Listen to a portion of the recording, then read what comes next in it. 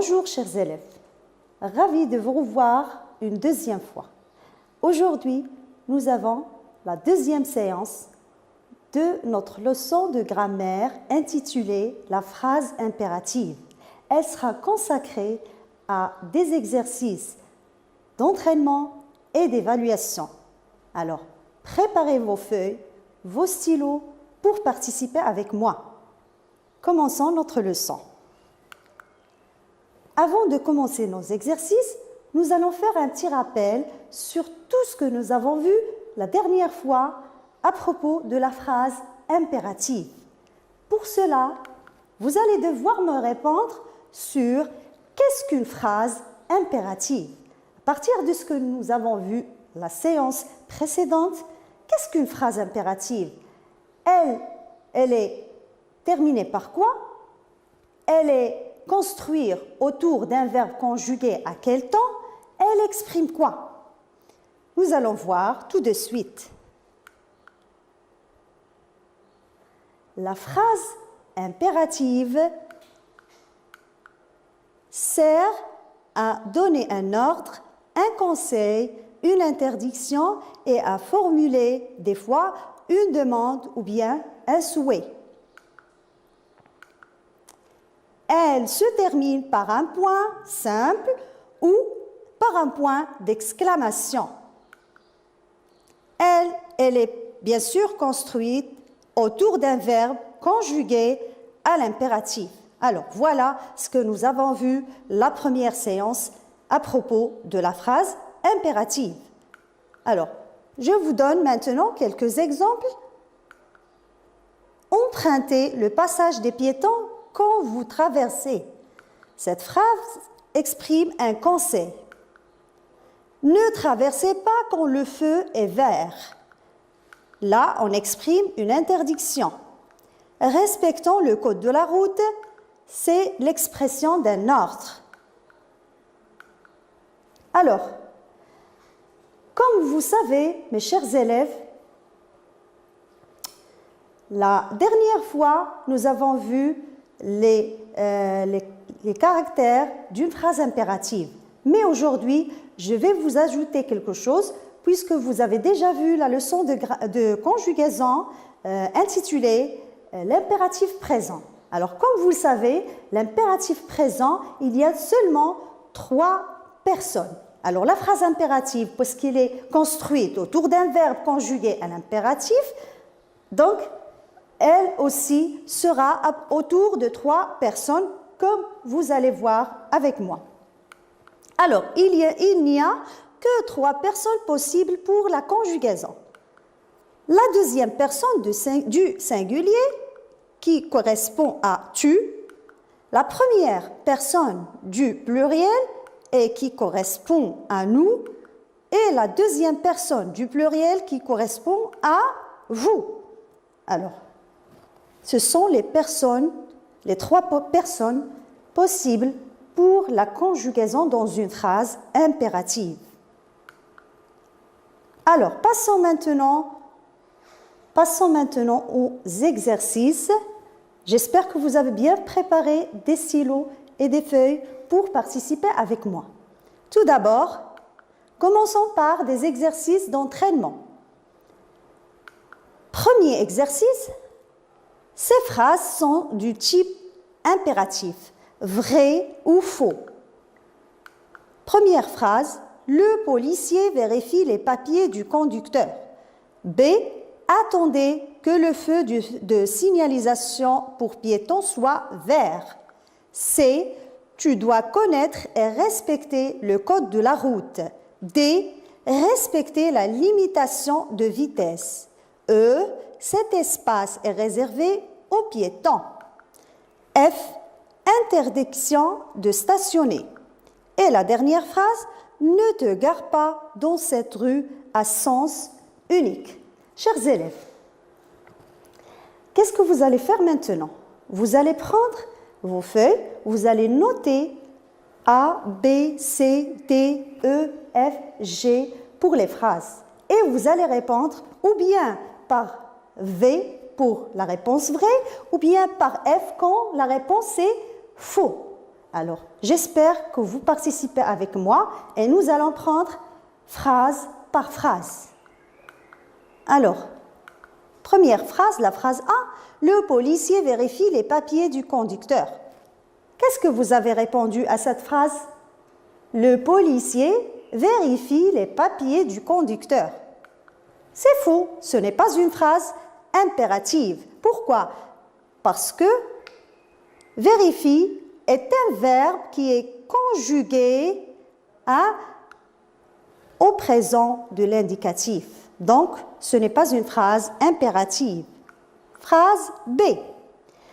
Attendez que le feu de signalisation pour piétons soit vert. Attendez que le feu de signalisation pour piétons soit vert. Alors, vous avez répondu?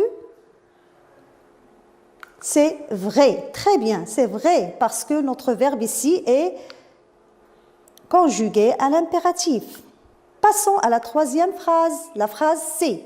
Tu dois connaître et respecter le code de la route. Alors, regardez bien et écrivez votre réponse, S, V ou F. Eh bien, c'est faux. Ce n'est pas une phrase impérative. Pourquoi? Ici aussi, notre verbe n'est pas conjugué à l'impératif et nous avons ici le sujet ou bien le pronom personnel qui est devant le verbe. La phrase D, respecter la limitation de vitesse. Qu'est-ce que vous en dites, les enfants? C'est vrai, très bien, bravo. Alors pourquoi notre verbe ici est conjugué à l'impératif, donc cette phrase est une phrase impérative. La phrase E, cet espace est réservé aux piétons. Faux, très bien, bravo. Phrase suivante, F, interdiction de stationner. Regardez bien cette phrase, interdiction de stationner. Votre réponse? Eh bien, c'est faux. Oui, c'est faux. Pourquoi? Parce que ici, même s'il y a une interdiction, nous n'avons pas de verbe conjugué à l'impératif, donc la phrase n'est pas une phrase impérative. Et pour la dernière phrase, ne te gare pas dans cette rue à sens unique. Alors, la réponse c'est vrai, parce qu'il y a une négation, une interdiction, donc cette phrase est une phrase impérative. Alors, nous allons passer maintenant à l'exercice suivant, c'est-à-dire le deuxième exercice de l'entraînement. Alors, je vous lis la question qu'expriment les phrases suivantes. Phrase A. Alors, comme vous savez, nous avons déjà parlé de ce que exprime la phrase impérative. Elle exprime ou bien un ordre, ou bien un conseil, ou une interdiction. Alors, vous allez me dire à chaque fois qu'est-ce qu'elle exprime, cette phrase, devant vous. Alors, la phrase A. Pour votre sécurité, ne restez pas près des quais. La phrase B. Vérifiez que le casque est de bonne qualité avant de l'acheter. Phrase C. Donnez-moi vos papiers. D. Ne passe pas, le feu est vert. Porte ton casque. Et la phrase F. Ne jouez pas au ballon dans la rue. Très bien. Alors, vous avez réfléchi? Corrigeons ensemble. Qu'expriment les phrases suivantes? A. Pour votre sécurité, ne restez pas près des quais. Ne pas. Ça vous rappelle quelque chose, les élèves? Alors, ne pas, c'est pour interdire. Donc, c'est une interdiction. Phrase B. Vérifiez que le casque est de bonne qualité avant de l'acheter. Alors, vérifiez que le casque est de bonne qualité avant de l'acheter. C'est un conseil. Très bien, c'est un conseil. Et la phrase C, donnez-moi vos papiers. Donnez-moi vos papiers. C'est un ordre, oui, c'est un ordre. La phrase D, ne passe pas, le feu est vert. Alors, regardez bien, ne pas. C'est une interdiction. Très bien, les élèves, c'est une interdiction. La phrase E, porte ton casque. Alors, qu'est-ce que vous avez répondu? Un ordre, très bien. Un ordre. La dernière phrase, ne jouez pas au ballon dans la rue. Et là, c'est une interdiction aussi. Très bien. Alors, nous allons maintenant passer à un autre type d'exercice. Alors, nous passons pour voir les exercices d'entraînement. Mais avant de vous présenter les exercices d'entraînement, je vais vous faire un petit rappel sur la transformation d'une phrase déclarative en une phrase impérative. Alors, regardez les exemples que je vous propose sur le tableau. Alors, transformer une phrase déclarative en phrase impérative se fait comme suit. Prenons la première phrase. Tu dois quitter la chaussée. Là, c'est une phrase déclarative. Nous allons la transformer en une phrase impérative. Alors, quand on veut transformer une phrase déclarative en une phrase impérative, il faut faire attention aux pronoms personnels. Alors, ici, nous avons tu, c'est-à-dire deuxième personne du singulier. Donc, qu'est-ce qu'on va dire? Et le verbe, c'est quitter. Quitte la chaussée. Alors, nous obtenons la phrase impérative comme suit. Quitte la chaussée. Deuxième exemple, vous rentrez à la maison. Alors, la phrase ici est déclarative. Je vous ai dit qu'il faut faire attention aux pronoms personnels, vous. Donc, nous allons obtenir notre phrase aussi impérative pour la deuxième personne du pluriel et le verbe, c'est rentrer. Et le résultat, c'est rentrer à la maison. Vous voyez, c'est simple. Il faut juste être attentif. Alors, je vous donne maintenant l'exercice pour appliquer. Exercice d'évaluation. Je transforme les phrases suivantes en phrases impératives. Tu ne roules pas à vélo devant les camions. Nous respectons le code de la route. Phrase C. À pied, nous sommes attentifs au bruit qui nous entoure. Et la phrase D. Tu laves ton vélo chaque dimanche. Alors, réfléchissez un peu. Essayez de me donner pour chacune des phrases la phrase impérative correspondante. Alors, phrase A. Tu ne roules pas à vélo devant les camions. Alors, la réponse, ne roule pas à vélo devant les camions. Et regardez, nous avons ajouté ici le point d'exclamation. Très bien. La phrase B, nous respectons le code de la route.